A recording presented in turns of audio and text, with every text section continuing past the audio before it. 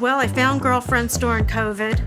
I was at home, like most people, and I was searching around and I just found it. It was a breaking out of my house and getting reconnected with people. I've taken many of Kimberbell classes from Sandra or from girlfriends. And I got back into sewing. And I love the virtual. It's Utah and I live in Washington, so I don't have to pack up my machine or anything. So now I'm into embroidery and all kinds of stuff. So this is a really great way to keep friendships growing. We share that common bond of loving everything Girlfriends stands for. But I am so happy just to be among girlfriends. It's fun. You guys make it fun. Girlfriends is fun.